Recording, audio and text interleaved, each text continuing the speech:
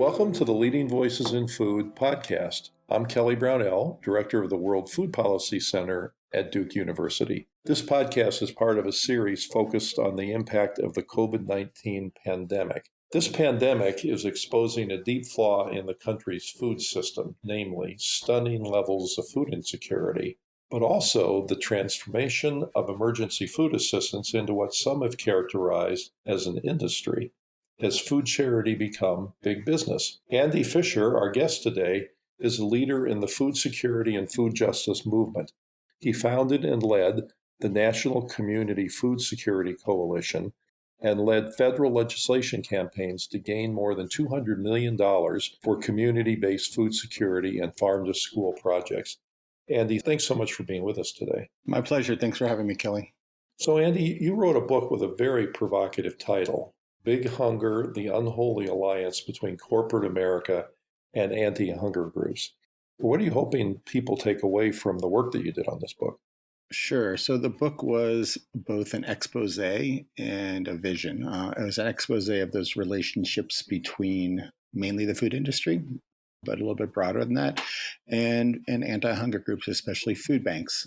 So exposing what I call the hunger industrial complex, or those connections that keep us in a place of maintaining hunger rather than solving hunger. And it presents a vision of how to do things differently and identifies a number of examples and models of projects that are engaged in public health advocacy, or have a public health perspective, that foster economic democracy, and that also support economic justice, or support kind of addressing the root causes of hunger and addressing poverty and racism and the like. So, Andy, when you look at the anti-hunger groups, food banks, and other such organizations, what most people see is a well-meaning group of people trying to provide food for people who are in desperate need of it. And I think what you're saying is that there's kind of a complicated picture back behind the curtain, and once one opens it, you see some things you wouldn't know otherwise. Tell us what you see back there. The first thing I want to say is that folks who are working in the emergency food system,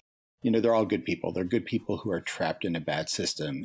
That system has been going on since more or less the early 1980s. And it's a system that nobody expected to continue until 2020 and to thrive and grow at the extent it has. I mean, before the pandemic hit, the emergency food system, the network of charities and of like 200 food banks and 60,000 food pantries and soup kitchens where people get access to food, was serving over 40 million people with about $5 billion worth of food. So it's grown exponentially, it's institutionalized, it's industrialized, but it hasn't solved the problem. If you look at food security data that the USDA has been collecting since 1995, back then 12% of the population was considered to be food insecure, which meant that they had issues or concerns or experiences what meant that they couldn't feed their families or feed themselves. If you look at 2018 data, you'll find that we have almost exactly the same percentage of people who are food insecure, 11.8%. So the numbers go up, numbers go down. As a nation, we've been treading water for the past 25 years or so on this issue, and even longer. Food banks aren't solving the problem. They're in many ways institutions of community caring, but they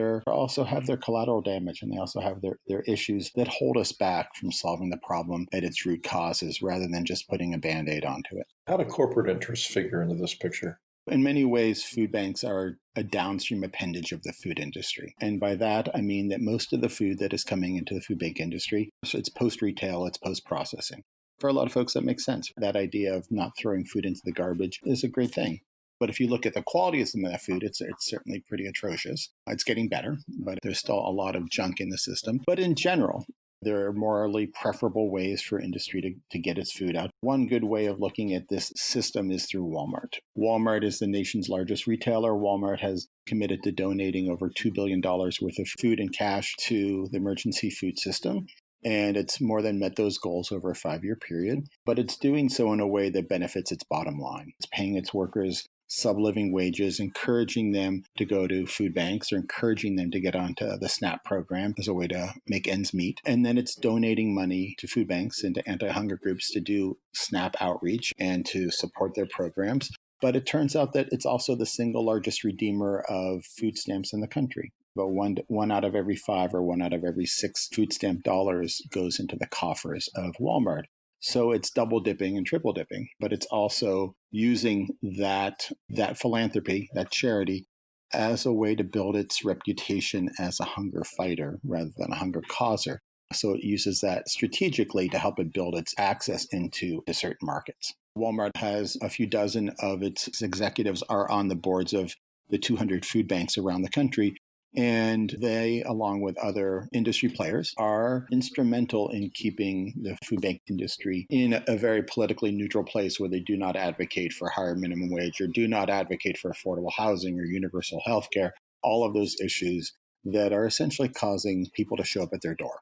So, how sizable is the amount of money and food given to food banks from coming from industry? Do they pretty much rely on these sort of contributions to exist? It's less cash than it is food. I don't know the exact percentages because it varies food bank by food bank, but roughly 70 to 80% of food in the food banking system is coming from private sector. About 20% comes from the government. Increasingly, food banks are buying more food, and they're buying more food from farmers and buying healthier food.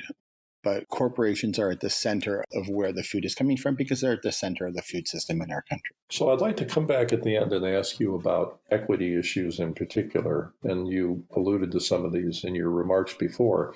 Let me ask this question. So there's been much attention in recent months to mass amounts of food waste and the diversion of some of what might have been food waste into food charities. What does this say about our food system, in your opinion?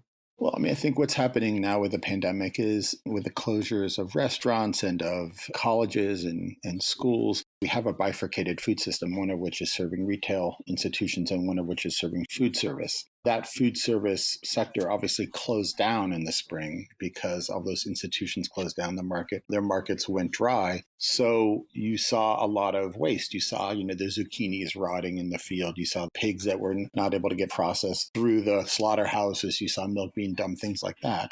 So people's natural inclination is not to want that food to go to waste. They want it to go to people who are going to eat it, which has its very positive community-oriented implications as well. Prior to the pandemic, in the past few years, USDA committed about $5 billion worth of what they call tariff mitigation foods. They bought an extra $5 billion worth of food from farmers and donated it through the emergency food system as a way to kind of shore up farm prices and a way to support those farmers who were hurt by the tariffs that the Trump administration put on China and China's retaliation. So you have that system, and now you're seeing about another $4 billion worth of food that the government is buying to support that industry. So you're seeing that essentially nutrition policy is downstream to agricultural policy. And this is just a one example of a long history that goes back to the 1930s when the food stamp program was created to bolster farm gate prices.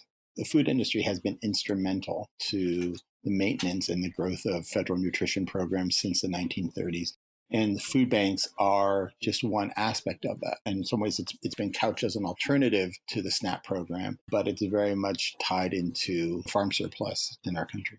So, Andy, with an estimated 40 million people recently unemployed, there have been pictures of miles-long lines at food banks. Doesn't this mean that the emergency food system is more needed than ever and that we're well positioned to address people's needs?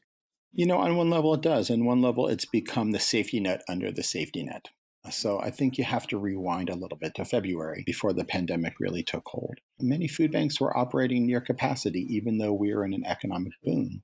They were still serving 40 million people. They were pumping out $5 billion worth of food. They were still filling their warehouses and getting them out. And you saw generally a growth model within the food banking industry where they measure their success in the number of pounds that are distributed. And it's a very easy and tangible way to measure what you're doing. This year we want to put out 5% more poundage than we did last year. And we're more successful and we're doing our job because of that. So we were at this high point anyway. We weren't starting from zero. Food banks are starting from 80, 90% of capacity, whatever it might be at an individual level. And when the pandemic hit and 40 million people became unemployed overnight, essentially, you saw huge pressure on those food banks to distribute the food. But you also saw that because the administration has been very reluctant to increase the SNAP program. And there's been a lot of pressure put on them to increase SNAP benefits by 15%. And they're very reluctant to do that because there's reluctance to kind of buy into that entitlement mentality, that entitlement type of program that is SNAP, which is more of a rights-based program than a charity program. As food banks are. So the food banks have become the last resort as the government abdicates its responsibility to the public, to the poor, to make sure that food is a human right in a sense, and tells them to go to the food bank and supplies those food banks with more and more food. You see strengthening of policy away from an entitlement program towards a charity program that's really a public-private partnership. That's an alternative way for the government to support nutrition programs, but much more cheaply and much less in a justice-based framework than the core USDA nutrition programs. What positive changes do you see in the food bank world, and are there ways to accelerate those changes? Food bank world is really changing in a very positive fashion. There are many food banks who are doing some excellent work around community development, around food systems, around supporting farm to school, about supporting job training. Some are advocating for minimum wage. For example, in Rochester, New York, FoodLink is doing some great work around building a community economic development model of buying local food and using it to cater school meals and to support community gardens. There's a growing network called Closing the Hunger Gap based out of a group called Why Hunger in New York City. That's a network of 400 or 500 individuals and groups that are identifying how to accelerate that change and how to make that change more mainstream. Places like England and Scotland, for example, have a Poverty Truth Commission where they're mentoring, especially women who have lived experience of hunger and poverty, and helping them to train politicians to break down those myths about poverty, where they're actively trying to reduce reliance on food banks in that country. A group in Toronto and Ontario called Freedom 90 has been organizing volunteers of food pantries to make claims on the provincial government to increase social assistance programs. So there's lots and lots of great examples all around the country. It's a growing movement, really, of how to change how we do food charity. It needs to be accelerated, needs to be supported, and needs to be made more of the norm than what we're doing now. Well, it'll be so interesting to see where this goes in upcoming years. So let me ask one final question. How does the charitable food system impact racial equity? In writing this book, I realized I had never volunteered at a food pantry before. So I was like, I think I should do this. So I called up my buddies at the Oregon Food Bank. They pointed me to what they thought was one of the best food pantries in Portland, where I live. And it's a choice pantry, which means like half of the pantry is set up as a waiting room. The other half is set up as kind of like a grocery store with coolers and shelves. And you get to go in and shop, basically, to choose what you want rather than get a box of food. And I get an orientation from this teenage girl who tells me my role is to be a cross between a security guard to make sure that people don't take too much because there's rules on what you can take, and to be somebody's personal shopper to walk them through the system. So I got it. I'm doing my shift. It's a 4-hour shift. I'm halfway through. I come up on my next set of clients, and it's this elderly African-American couple who's been waiting there for 2 hours, and they're looking tired and dejected.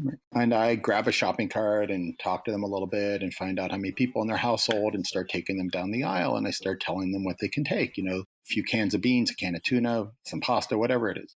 And as they're shopping, I realize I'm watching what they're putting into their shopping cart. And I catch myself and try to give them some space.